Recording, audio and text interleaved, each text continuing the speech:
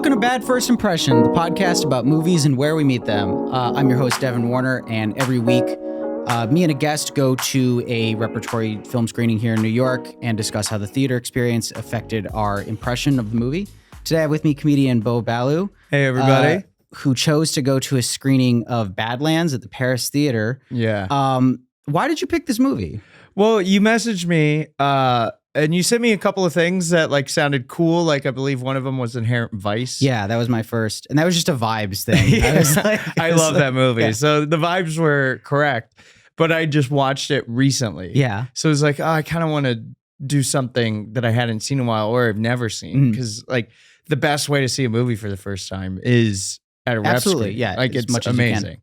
So we just started chatting and then we just started like going back and forth on Just like sending each other different posts rep screenings that we found. And I was like, oh, I'd never been to the Paris Theater. So maybe I'll like kind of prioritize them so I can support Netflix further somehow. Absolutely. You know? And I think that's a really important thing to make sure that we are I concur. doing everything that we can to keep them in the red, or not in the red. In the They are green, red. for in sure, the green. yeah. We want to make sure we're there. Yeah, Daddy Ted Sarandos trying to help you, buddy. If he wants to pay for some of this free promo, He listens I'm to all the for pod, that. I'm pretty He does sure. listen to the podcast. He told me. Yeah. So I wanted to see the Paris very badly. Yeah. And I checked it out and they had this thing. This was like, was this 74? It was 1974. Yeah, they had that 74 like film series and it was just like awesome movies. Like The Conversation, this, Pelham 123. Foxy Brown, I think, was in Yeah, there. I think that was one too. Just like awesome movies. And I would have probably chosen Pelham 123 or The Conversation, but I'd also just watched those movies for the first time. Yeah, really shooting yourself in the foot with like, I gotta shit. stop watching movies. I wish I hadn't watched something good recently. Fuck. I know, it is kind of like that thing where I'm like, fuck, you know? Yeah. Why'd I watch The Conversation? But and I saw they had Badlands, and I saw this movie in like 9th or 10th grade or something like that, and thought it was like cool. I didn't, and just never got back to it. And I was like, oh, that would probably be a great one to go see. I am trying to imagine watching this with the attention span of a 14 or 15-year-old. And I don't think I would. This is a short movie. It's like 94 minutes or something.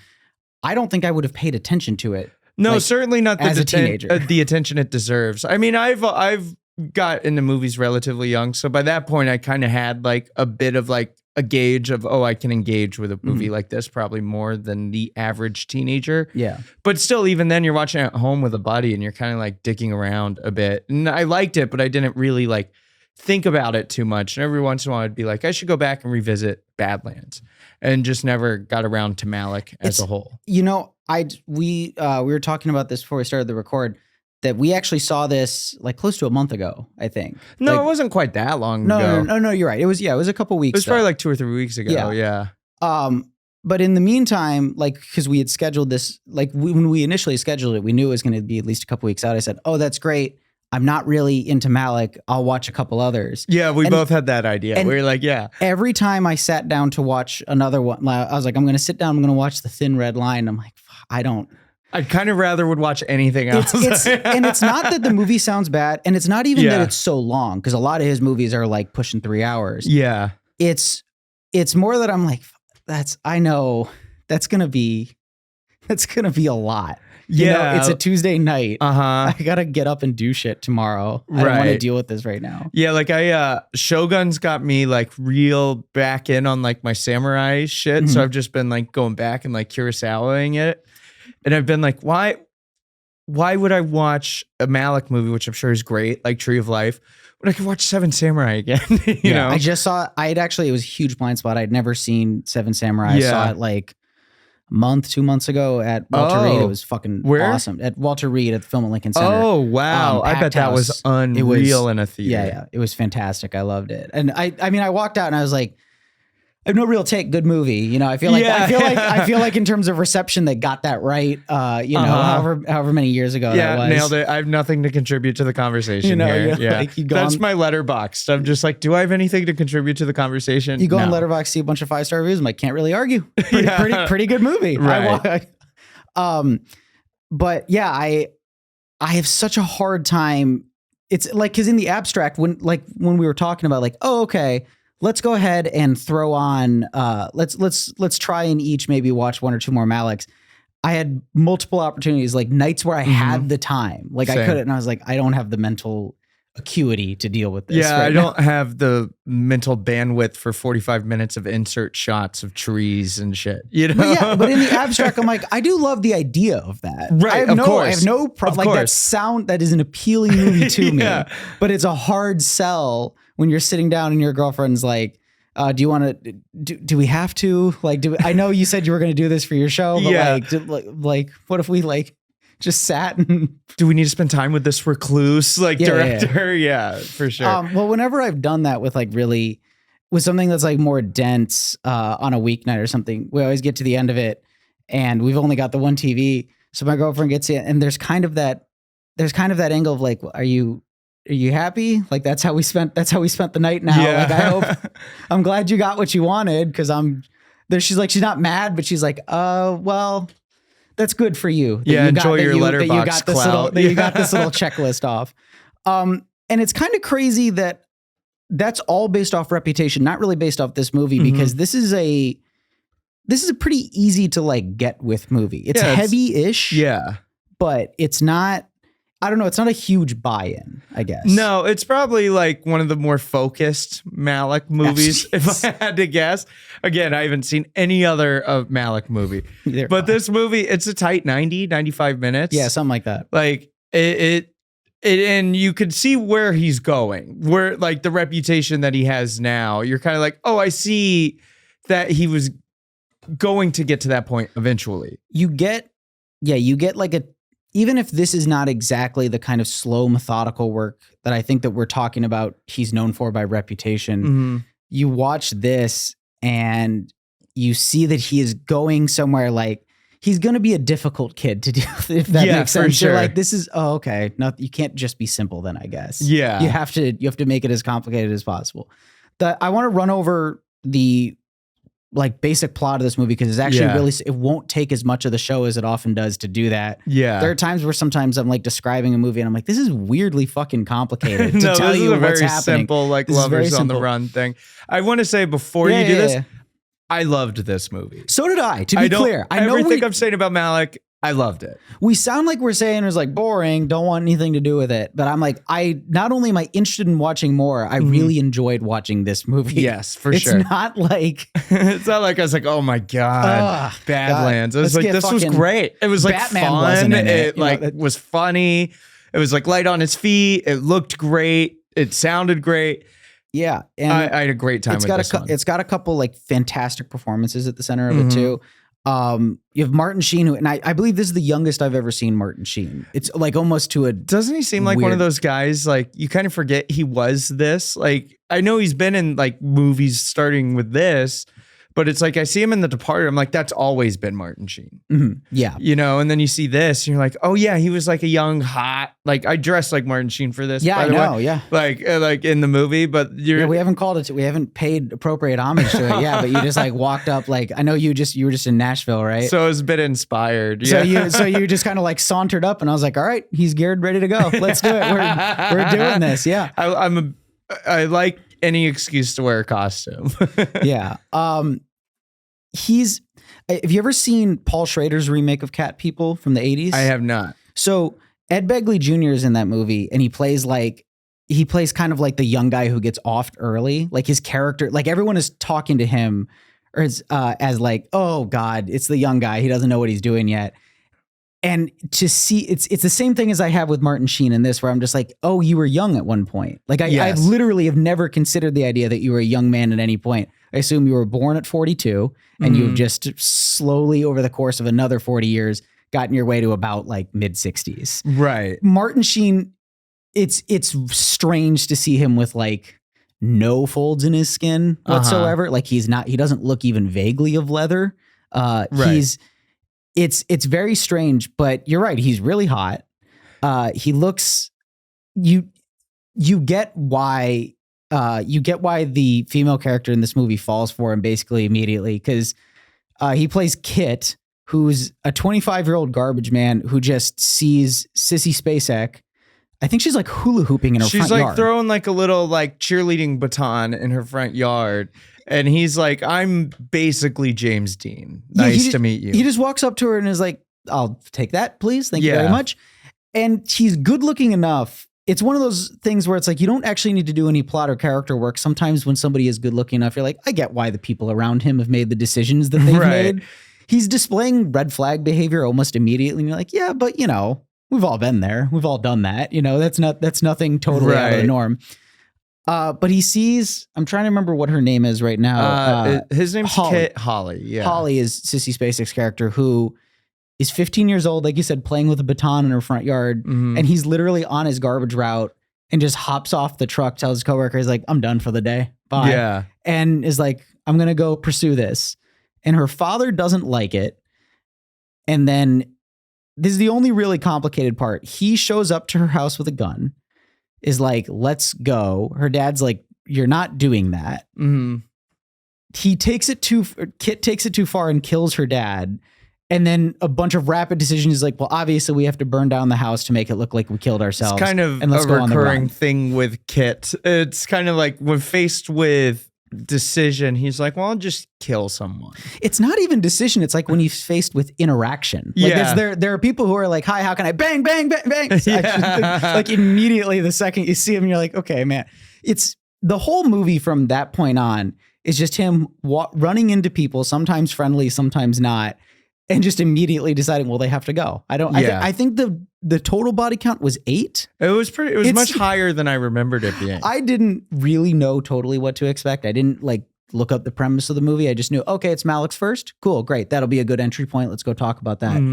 And it's just, it never stops being surprising at any point in the movie, despite the fact it's the only thing he's done in the movie up until that point. Is basically walk right up to people and shoot them. He's either killing someone or charming the pants off of someone. He is like incredibly charming in this movie. Like even the cops at the end are like, yeah, you're fucking awesome, dude. Like, I know that was like, we like walked out, and that last like 10 to 15 minutes where basically, so I guess we should like give like the basic run up to there. They go on this like cross-country killing spree. Eventually Sissy Spacek is like, I'm actually good, dude. I'm gonna peace out. I don't really want to go on the run for you anymore, at a point when the cops are closing in. And as he's about to actually like get away, sabotages himself and just like gives himself up to the cops, and is like, what is it? He puts a stack of rocks down right where he stopped his car. And when the cop walks up to him and he puts hands up, he's like, it's right there. You caught me, so you can tell them in your report. Yeah. And he's like giving them personal items and like charming them. And you're like, oh yeah, here's this white guy just sauntering up to police after like being a multiple murderer. The cops and totally flipped their car chasing him and drive back up. They're like, all right, buddy, come on. Like, it's not even that he's a murderer. It's like they've at great injury to them personally already. And he's just like, they're like, he goes on this, what's like an aircraft base or something where they're going to take him to federal lockup or something. Yeah. And he's like, they're like asking for autographs for him and shit. It's really weird. He's like giving away like lighters and like just little trinkets in his pockets. Doing and like stuff. Card tricks and shit. Yeah. Like, what do you, all right, man. And that's everything that happens in the movie, basically. Like we've, I guess, sorry if you haven't seen Badlands, you should have. It was 1974. You should have seen it. Yeah, this movie is 50 years old. It's fine. It's crazy that we're now. I know this is like the hackiest thing that people do, but like you're like, in my mind, because when I was a kid, 2000s was the next like decade reset coming. I still in my head do the mental math of 70s, 30 years ago, obviously. Yeah, no, I'm the same way. As we're sitting there, I'm like, is it like 40? I'm like, oh no, it's literally 50 years old. Yeah. Okay. Like Vietnam in my head still is like 25 years ago, because that's how long ago it was when I was like a little kid, you know? Yeah, you're just like, it was like a thing that like your not completely great grandfather would talk about at that point. Right. Yeah.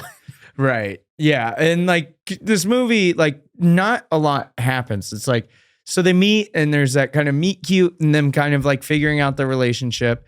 The dad doesn't like it, so he kills her dog. That is, I will say, I don't think the dad deserved to die. He doesn't seem like a great guy. He did kill the dog though. That's kind of fucked up. He did like out of no, I was like watching that, and that was the moment where I was like, well, if you want any sympathy for this guy, if you want the audience to not immediately be on his side, the way attitudes around dogs have changed is you're like, well, you've lost him now. That's maybe the way the movie is like aged the worst, is it's like, if you want the audience to feel any sympathy for a character who's about to die, maybe don't have them murder a dog immediately beforehand. Yeah. In fact, we have a whole action franchise in the John Wick about punishing a guy for killing a dog. Right, That's yeah. basically the whole premise of Yeah, that. this movie's like the spiritual predecessor to the John Wick movies. There's a lot in John Wick that you can see is very Malickian, and I think those two movies have a lot, and they have similar death counts, right? Like they're both movies where and someone dies every like 6.5 minutes. Kind of like a similar lack of dialogue, you know? Yeah. But yeah, so I think that kind of is to show that her prospects aren't really great either way. There's like emotionally distant dad who like pretends her mom doesn't exist after she dies. Yeah. And kills her dog. Yeah, she died of pneumonia. Mm-hmm. And you get the sense that she's just kind of like, I'll tell you what, his instincts about Kit are correct. They are. He's right to be like, let's not have that guy around. I don't like his vibe. And also you're a kid. Even beyond the 25, 15-year-old thing. Well, you do look at him and you're like, he's very good looking, but from the perspective of somebody who's a little bit older, you're like, yeah, I get why you were like, okay, I know immediately why that's a problem. He's like immediately a deadbeat and like very clearly a deadbeat. Well, yeah, because he like right off the bat, the first thing we see him doing is he sees a teenager playing in her front yard and he walks off a job site to go hit on her. Like that's the first thing we see him doing. And then when he goes back to where the garbage yard, I guess, the dispatch for the garbage truck, whatever you'd call it. I just forgot the word dump. Glad I talked around my forgetting the word dump. Yeah, there it is. When he goes back to the word dump. When he goes back to the dump. We're going to cut all that out. No, leave it in. Okay, all natural, baby. All natural. What is it? He like, when he goes back and the guy's like, you're fired. And he's like, what do you mean I'm fired? He's yeah, like, he can't believe it. Oh, I can't believe you're doing this to me, man. And he, when he's giving the keys back to the truck, he drops them in like a bin of oil or like some sort of hazardous material that it's going to be impossible to get them out of. Yes. Because he got fired for like leaving mid-shift. I normally don't like to side with an employer. Usually like, I'm like, yeah, well, you shouldn't side with the person who's in power, but like, Jesus Christ. Yeah.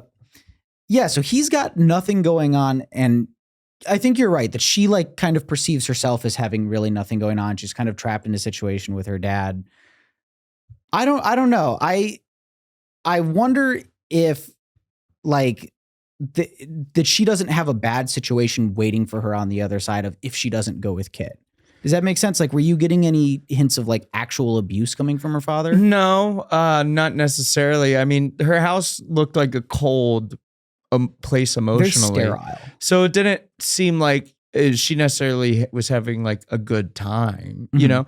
I mean, maybe there was some of that a little bit, but I mean, her dad, like there's that whole line of dialogue in the voiceover, which for me worked in this movie. And I typically am not the biggest fan of voiceover. I'm definitely I know this sounds like really vague, but I'm like, when it's good, I like it. And when it's bad, I don't like it, basically. You know, I'm like, and I can't tell you until I'm done watching the movie, whether it was good or bad in my estimation. Yeah. Yeah. There's no like middle ground. It's either it really works or it really doesn't. Yeah. And but there's a line of dialogue in the voiceover where she's talking about how her dad saved the wedding cake from the wedding in like the freezer. And then when the mom died, he just gave it away. It just like kind of like exercised grief from his life and then kind of became this cold, calloused, moved them across the country from Texas to Montana or North Dakota or wherever the hell they are. Dakota. It's somewhere like South Dakota. So, South Dakota. Okay. So like the Dakotas, like the middle of fucking nowhere. Yeah. And then she's like, all right, this guy, like her dad seems distant. Yeah. And I think that she just kind of staring down the barrel of at least another 3 years of that, probably longer. Cause like in the 70s, young women, it's not like you could just go get a job at 18. Certainly not one that you could like pay for yourself. I think looking down at the barrel, like 3+ years of that, I think she's not stupid. You know, she's naive. She's a teenager. Yeah. But she sees Kit enter her life and she's like, this is an opportunity for something. Yeah. Even the whole time she's like, I wonder who I'm going to marry. I wonder what my husband's doing right now. Yeah. Like, she's like, yeah, this is just kind of fun. And it's like a chance to feel something. Like this guy's like cool. And he like is like assured or whatever, or at least is perceived to be like a confident guy. He's clearly a very insecure person. But like when you're 15, you don't know that, you know, when you're a stupid cop, you don't know that, you know, like, but like this guy, like, it's a chance to get out, you know, like she was a nerd at school. I think there's some talk of that. I think so. But that's the thing is that like, even before he comes to the house and pulls a gun on her dad, like that's like the first, like really no good, don't do that sort of thing that he does, that it's like, you can't make any excuses for it. Basically, it's kind of the point of no return for him. Yeah. Before that, when he takes her virginity, afterwards, she's like, is that all it is? And he's like kind of negging her in that moment. Like right after, he's like, I don't know. I thought it was fine. I think you're crazy for not like, for, you know, it's good enough. Right. And he's immediately aloof. And you can tell in that moment, I think that you talk about like the romanticism of like, oh, what's my husband up to right now? What lays in store for me? I think from that moment, she realizes this is maybe I'm not going to stop doing this, but this is no longer the romantic ideal that I had thought of it being. Yeah. If that makes sense. Yeah.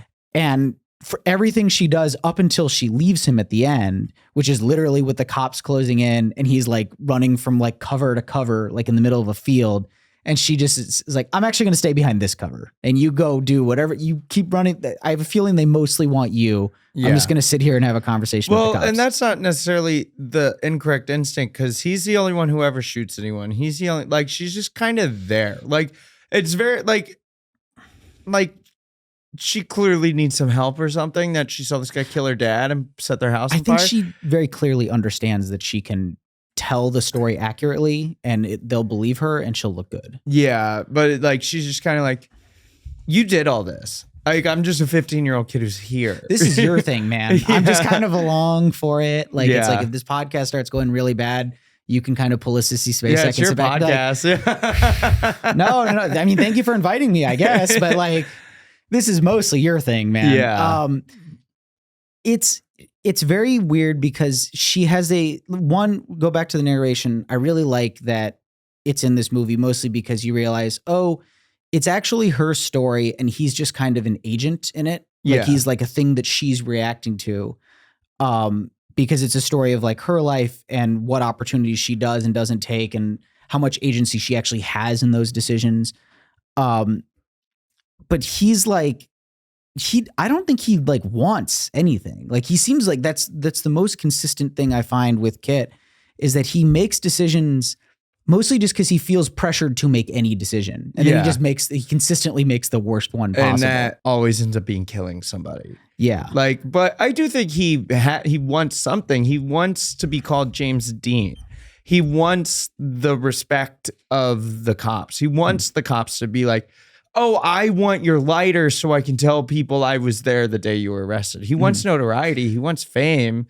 It's like a serial killer. It's like they just want, I mean, and he is a serial killer in the movie. He just wants like to be talked about. It's like his 15 minutes. I think that's kind of what he realizes when he decides to give himself up. He's like, I can keep doing this forever. It's not as fun without Sissy Spacek with me anymore. Yeah. That seems like it's off the table. So it doesn't seem like it's not going to be like a team thing anymore. But he seems, I think you're right that he gets to that point where he realizes my chance for notoriety now is like as this kind of, maybe I can't be James Dean, but I can be Jesse James. Yeah. You know, like I can be kind of thrown into posterity that way. But beforehand, there's a little bit about how he is a Korean War veteran. And the movie doesn't really touch on that explicitly at all, but I think it's an important, especially when we talk about the James Dean thing, it's an important detail about him because it feels like he's kind of going on this, like he's angry over a lost youth. I think that he feels like, oh, I've lost my chance to do the whole thing right. So I might as well just blow the whole thing up. Do it basically as wrong as possible. Yeah. Go in the exact opposite direction. Yes. Sure. I don't know. I like it a lot. It is weirdly, it's not as cynical a movie as I feel like we're making it sound. No, Does that make I don't sense? think so either. You get to the end of it and the result is he gets the death penalty and she goes on to marry the son of her lawyer who defended her into getting like a year probation or something, basically as accessory to whatever. And she doesn't seem upset by it. She doesn't seem particularly like excited about her, about the way her life turned out in the narration. Yeah. She's like, well, these are the things that were available to me in the run of my life. And this is where I ended with them. Not the worst deal out of anybody in the story, Right. But it ends on this kind of like, like I said, I wouldn't describe it as cynical, but a very like resigned to, it's not that you can have no effect on the world, but there's only so much you can do with the cards you're dealt, I think. Yeah. I don't know. I like the movie a lot, honestly. It's really good. I walked out of it and I was like, this is really, and compared to kind of the apprehensions we were talking about with watching other Malick movies, for example, I wasn't like totally drained by this. No. If that makes sense. I want to talk a little bit about the theater itself, because you said that was a specific point. I'm happy you wanted to go there because I fucking love the Paris. It's like it's one of my favorite. Good theater. They have one of the worst websites in the city. So it's really tough to navigate. It is impossible to even really know what they're playing. And a lot of the time, what's funny is that Netflix owns them. Mm-hmm. They've owned them since a little bit before the pandemic, I think. Primarily, most of what they're playing is Netflix movies and like director series chosen by people who made a Netflix movie. Like I think the last time I was there was when The Killer came out last year. For sure. Yeah, like I saw today, they're doing 1984 next month. All the movies they're doing are going to be on Netflix. So it's like Amadeus and Beverly Hills Cop. Amadeus would have been an awesome. If Amadeus was an option, I'd have chosen Amadeus. I actually 2 Christmases ago, on Christmas Eve, I went down. Have you ever been to the Roxy Cinema? I saw Barry Lyndon there not too long ago. I did on Christmas Eve a double feature of Amadeus and Hardcore. Awesome. And it was Hardcore with George Scott. George That's C. Scott. Schrader too, right? Yeah, it was fucking amazing. Yeah. A lot of dudes at that screening, if you can believe it. Most rep screenings I find is like just dudes like us. A lot of like heavy breathing and shifting in seats. Yeah, you check the there. letterboxd for the movie afterwards and you filter by recent reviews. It's all people at your screening. Just dude. Amadeus, I saw it at Film Forum once. It's probably top 3 all-time movie for That's me. The thing is, you watch it, you're like, it's almost a bizarre movie. It feels by default hyperbolic to walk out of a movie and be like, I think that's the best thing I've ever seen. Mm-hmm. Like, I think that's the best thing ever made, maybe. Yeah. And it is one of those movies where you immediately have that feeling walking out of it and you're like, nothing else tops it. Like Matrix pretty good compared to like you're trying to game it out in your head. Like, is anything else better?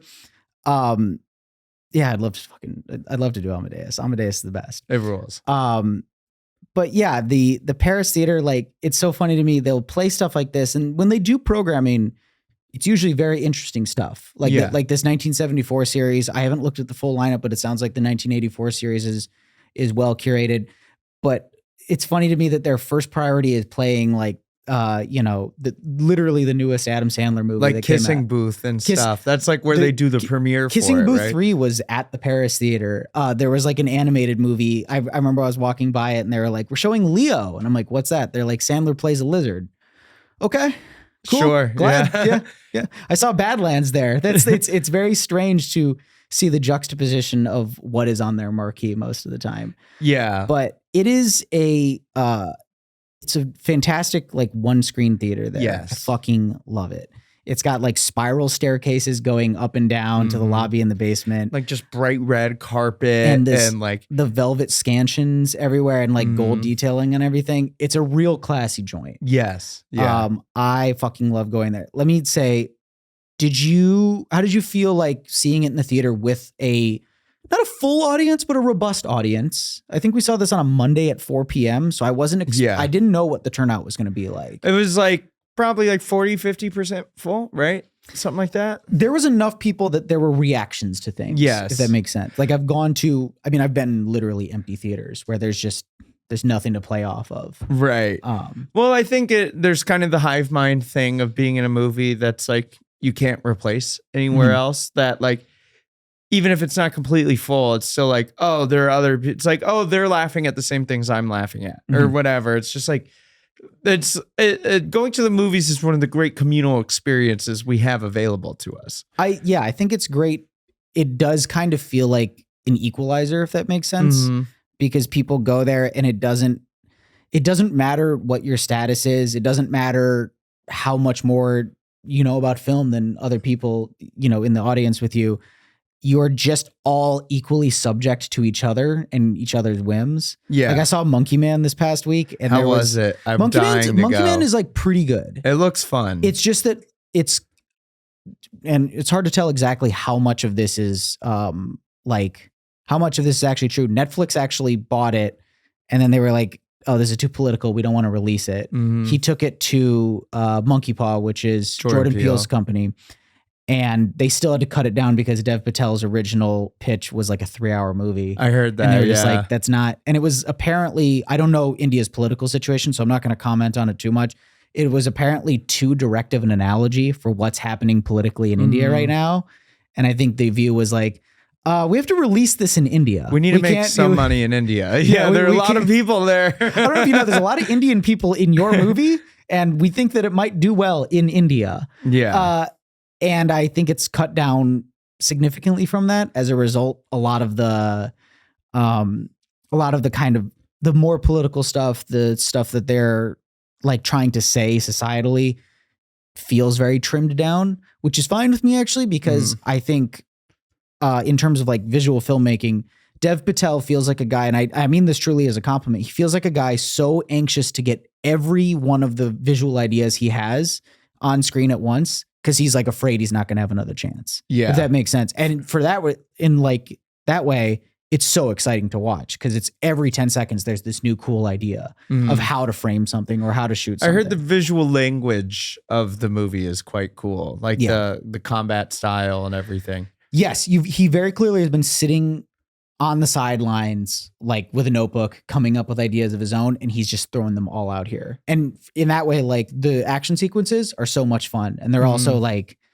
they're grody in that really fun way. Like it's not a horror movie, but there's like surprise gore the way that there sometimes will be in the middle of an action scene. Yeah. And it's like the best kind of like, oh shit, like the whole audience kind of like erupts with it. Yeah. It's a fun time. Go see Monkey Man if you haven't seen it. Yeah, I'm dying to. I haven't had a chance yet, but I really want to. I went and saw Monkey Man and I was actually like really locked in. We had a crowd that was like very reactive, very paying attention to it. And I saw it at Lincoln Square. And there's this. The heads go to Lincoln Square. That's what I always say. Go to Lincoln Square. But around Lincoln Square is where a bunch of old fuckers live. And you can't go to a single screening there, especially not like in the big IMAX because they don't like going upstairs. Old people are the rudest people at movie theaters. They're on their phone the entire time. Yeah. And there's this lady who like has her phone on like full brightness that she like goes on Facebook for like 5 minutes. In Monkey Man, in the middle of it. And she'd been enjoying it up till then. Like she was like reacting with it. She wasn't sitting far from me, but she went on it and she has that classic old person thing of where like the font is like size 48 on her phone. Yeah, so she has to scroll to see 2 words. And you're just like subject to random occurrences like that in the middle of a screening. And weirdly, I've become more like, yeah, but that's just part of the story of seeing that now. Like that was the story of that screening for me. And obviously I still have positive things to say about Monkey Man. It didn't totally pull me out, but it's just the weird eccentricities of just kind of being stuck with like, it's like jury duty, like whatever random people in the same area as you who had the same, 2 p.m. time slot open on a Sunday. Sure. Yeah. I don't know. I thought this crowd was like at Badlands anyway, because I now have like Nesting Doll talked about 3 other screenings at this point. It happens.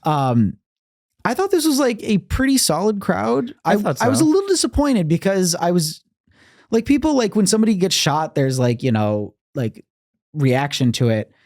But I don't know. I guess maybe just this is too quiet a movie to really expect a ton of reactivity from people. I think that's probably it. Like, even though there's a lot of killing and there's a decent amount of violence, it's like still like a really quiet movie. Like the music is really soft and like delicate. It is. And it's Malick. You can like feel like you hear the wind blow and like that kind of stuff. It's not like loud shoot 'em up stuff. Like even when like he does shoot people, like you're almost prevented from reacting really strongly because Sissy Spacek and Martin Sheen aren't reacting really strongly. Like when her dad dies, she's kind of like, huh, well, what? It is the, you know, it is the most, its ratio of like sedate tone to number of murders that occur on screen is the most extreme I have seen in any movie before. Right. You're right, but Sissy Spacek responds to that every single time. Kind of like how I never stop being surprised. She never really gets surprised by the deaths once. Yeah. She's like, well, I don't have a dad anymore. Give me a minute. I gotta figure this one out. Well, does she respond strongly to the dog dying? Is it like that might be? Is she just like numb to death after the dog? She's just kind of like, okay, I've seen the life leave something's body. I think that the fact that her father dying is not the first death she experiences is kind of key there but maybe the fact that it's the first human death might her mean mom something dies to her. off screen too. You're right. Yeah, so there's yeah. also that. Like maybe it's like this whole like she's numbed herself to the idea of death because like her mom died when she was 10 or something. That might be why she's able to, or why she's kind of able to, I don't want to say go along with it because she's not actively participating in it. Like Kid is the one doing all the murders. There's no ambiguity. There's no collaboration between the two of them. Yeah, she's not encouraging him or anything. She's just kind of like, well, he's going to do it or it happened. Like, me resisting isn't going to help. Every time she does it, it's like, every time Kit kills someone new, she like walks into frame and she's like, we got to move now. Yeah, it's like he spilled a glass of milk or something. We had a good thing going in the forest, and now we have to. There is this weird section in the middle we didn't talk about. It's the Swiss Family Robinson. They literally like set up like fucking elevators and shit made out of sticks. It's kind of amazing. It looks sick. It is. It is kind of the hardest thing to suspend your disbelief about. I'm like, how did they build this like shit? This mega tree house with like stairs and like. It looked really nice. It's really cool. And it is, I will say, as somebody who is, or with characters who are a teenager and somebody who is clearly not emotionally moved past being a teenager, it is basically the first thing you would do is like that kind of like when you're a kid and you like threaten your parents to run away. You're like, well, I'm going to go live in the woods. I'm going to dig a hole. What are you going to do about that, Mom? Yeah, well, up until that point, you could like view the movie as some like fairy tale with like really subtle darkness. Mm-hmm.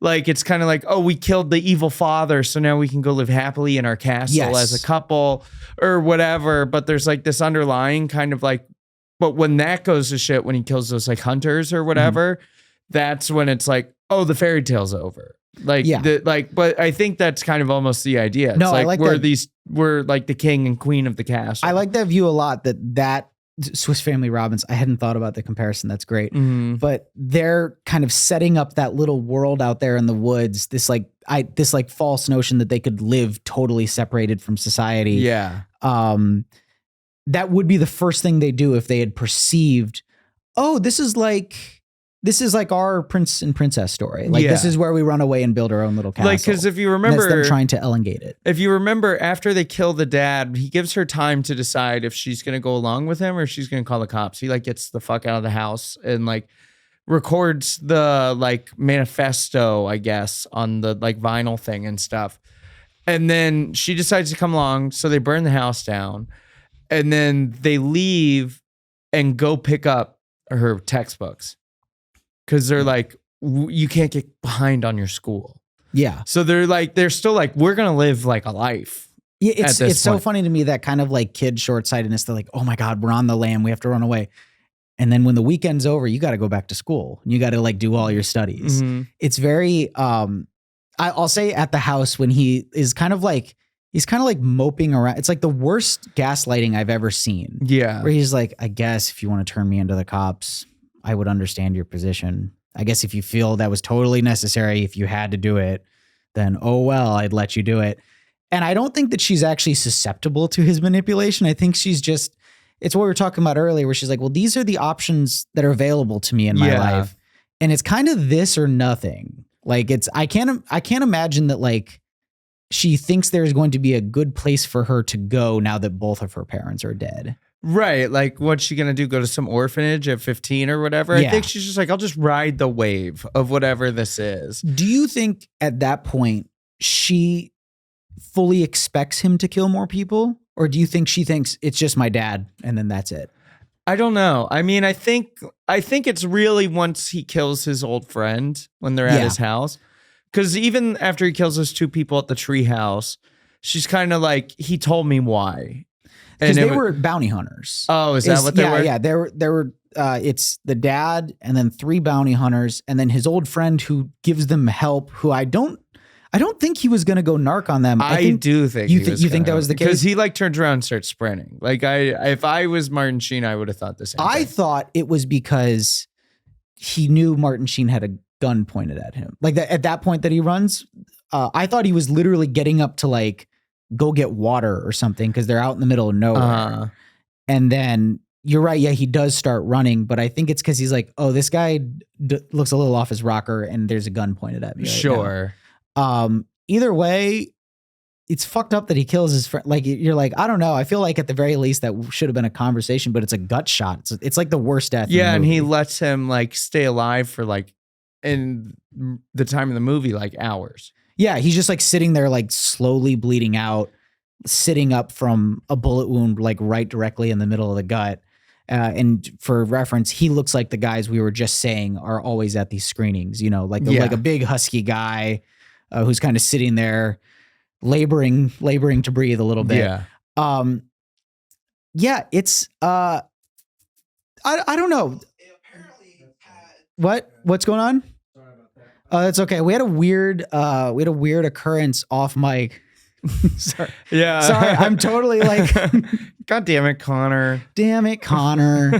Connor's off mic. We're giving him shit right now. That's okay. We'll take it out. No, we won't. I don't want to take it out. Yeah. I'm the one who's going to take it out. I'm not doing it. But I don't know. Yeah. That's kind of all I have to say about Badlands is like everything he does. You're like, oh, I wouldn't have done that. Yeah. Yeah. And then at the end of it, you're like, well, I guess that's the thing is where she ends, where she's married off to, for what we're led to believe is like a basically normal, like nice to her guy. She married into a wealthy family. Yeah. We don't see it, but she tells us. So it's like, clearly she's like reflecting back on the events of her life. And in terms of her narration, she hasn't like been unreliable. She hasn't been like embellishing or lying to us. No, I didn't think so. So I think that she's like, my life turned out okay. And it was kind of boring from there. And I think maybe along this killing spree, I learned maybe it's okay to have a boring life, which it's a little like, it's a little dark that her coping strategy is like, well, 8 people are dead, but at least I learned that it's okay to be normal. Like it's very strange. That, I got a taste of it. And you know what? It's pretty nice over here, you know, in the nuclear family or whatever. I tried watching, an innocent couple get thrown in a cellar and shot in the face. And I didn't like it as much as I like being married. I think I'd rather do that. Yeah. It's a very weird. It's very strange. Yes. But I think it's not because she's like, oh, well, that all happened so I could have this nice life. I think she's like, that all happened now, and I'm going to do my best to have a nice life from here on out, I think. Yeah. Badlands, good movie. I mean, let me say this. Under the Gun, neither of us watched another Malick. How likely do you think you are to watch another Malick from here on out, basically? After Badlands, very high, because I did love Badlands. Like I really couldn't recommend this movie. And talking about it now, I'm like, oh yeah, there's a lot to dig into there. Like now that we're actually sitting down and talking about it. And I'm kind of like sitting here kicking myself. I'm like, fuck, I should have watched A Hidden Life or something. I know, I kind of wish I did too, now that we're talking about it. I felt like if I didn't travel and stuff since we did this, I probably would have, I think. But since I didn't, I definitely will, because he's been someone who have kind of been like, I really should dig into the Malick thing. Like I wanted to go see Days of Heaven when that restoration came out last year. Yeah.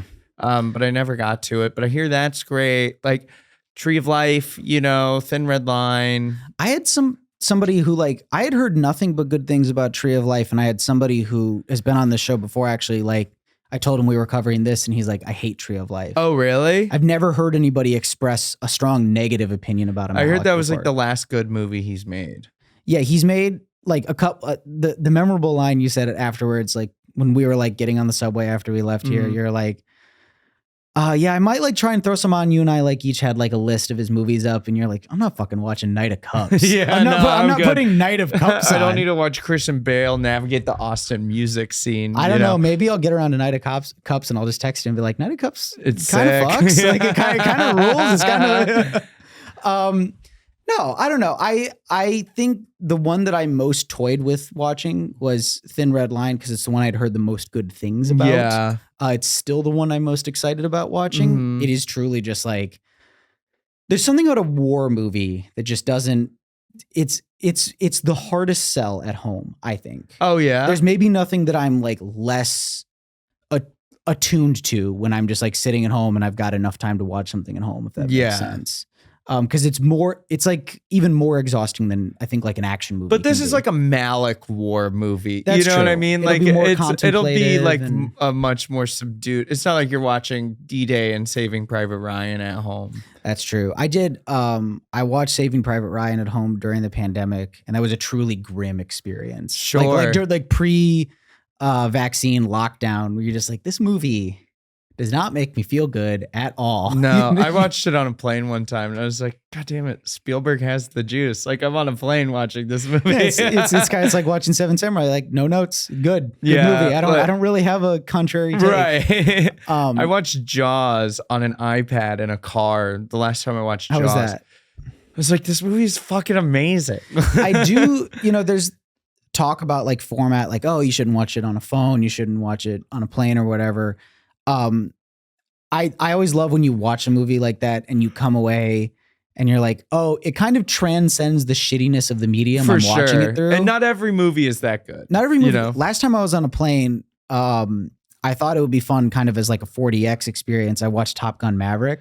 Oh, hell yeah. And I was like watching it on like the back of a seat. And I was like, let's see if this like still delivers for me. It? And I'm still like pumping my fist, like the whole time. And like, it actually timed out. It ended like as we were landing. Like I felt like rumbling, like right as all the plane stuff is done, but the emotional pitch of the movie is like rising up and I'm just like rumbling to a stop. It was great. God damn, that movie was so good. That movie's so What the fuck? good. I did not expect that movie to be good at all. And it kind of... I don't even really like Top Gun. I watched the first one stinks. I watched it like... It's like a fun bad movie. It's like, it has...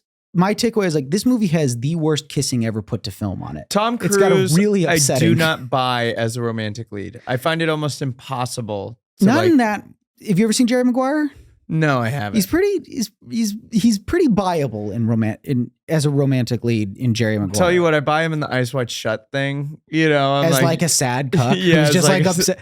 The best part about that is that his wife didn't even cheat on him. His wife just said, I had a dream once that I cheated on you. And he's like, fuck. And he fucking spirals, bro. Fuck, that man. movie's so good. That movie rules. I fucking love Eyes Wide Shut. It's a Christmas movie, in my opinion, too. It is. Yeah, it happens on Christmas. Yeah. I fucking love Eyes Wide Shut.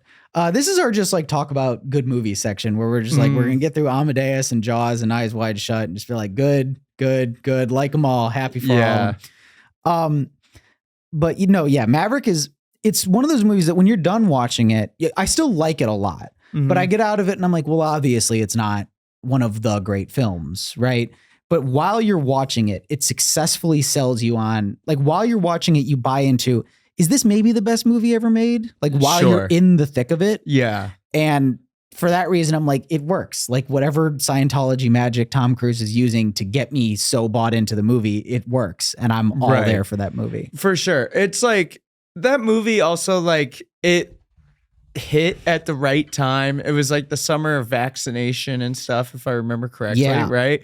So it was like everyone like people were going to the movies and like wearing masks and shit. Like I think the first movie I saw back in movie theaters was Nobody.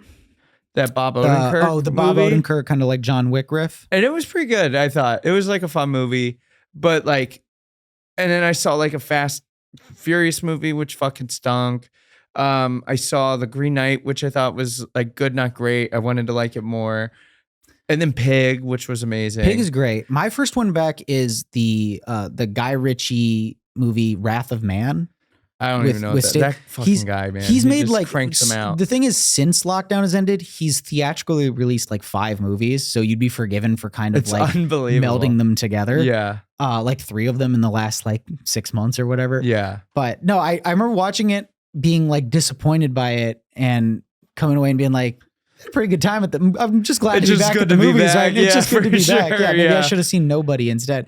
But no, yeah, Top Gun was the first one that I'd gone and seen some other big ones. I'm like, oh, this is like a new Marvel or like a big blockbuster. Like maybe I'll go have a fun time. Top Gun is the first one. When I came back, I was like, oh yeah, this is my favorite hobby. This is the best thing to just go do. I high-fived one of my buddies with that. It's just like movies, you know? It was like that kind of visceral, like, oh my God, like the movies. If you know the upstairs exit at the Lincoln Square IMAX, like the one in the back, I was standing outside by the escalators. The doors were closed. My girlfriend was in the bathroom. I was waiting for her.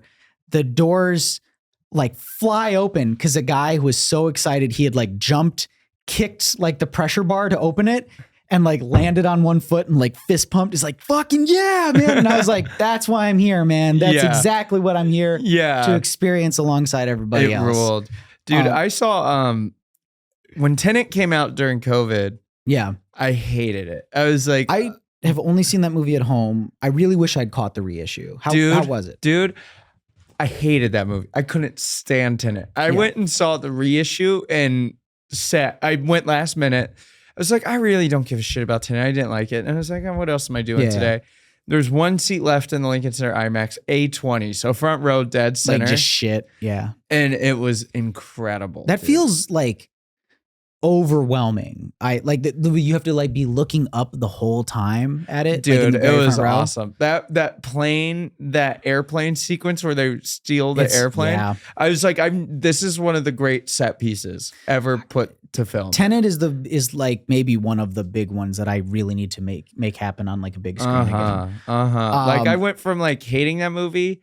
I still like think it's like, I just didn't have patience for it at home. I didn't hate it. I think the like don't try and understand it, feel it thing is like a fucking cop out, and it kind of makes me mad. Like, but it was really annoying at home. I remember. Yes, I remember so mad. It was. I actually have this with Christopher Nolan movies a lot. Like the first time I watched The Prestige, I was like already pretty drunk when I was like watching it, and I was like, I think my attitude going to is like, dumb magician bullshit. I don't want to watch it at all. Yeah. And my girlfriend who'd seen the movie before was like, this is a really good movie. I don't know what your deal is.